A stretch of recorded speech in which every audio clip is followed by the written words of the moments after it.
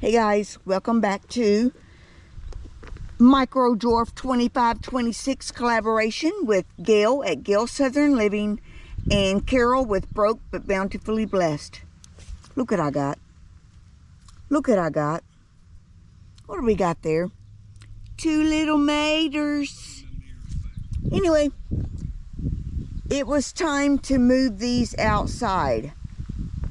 They have gotten so big inside the hydroponic, and this one right here I've got buried. I buried the root bulb here, and it's going across about 18-20 inches, and then it goes up about 2 feet. So it's 3.5. It's every bit of 4 feet long. But they had gotten so big in the hydroponic that it was time to up-pot them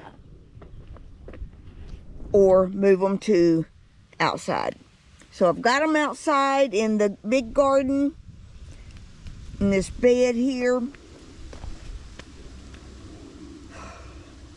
and hopefully they'll survive. If we know the temps are going to drop, I'm going to cover them. That's just a little short update. See you guys on, this is week 17. See you guys on week 18.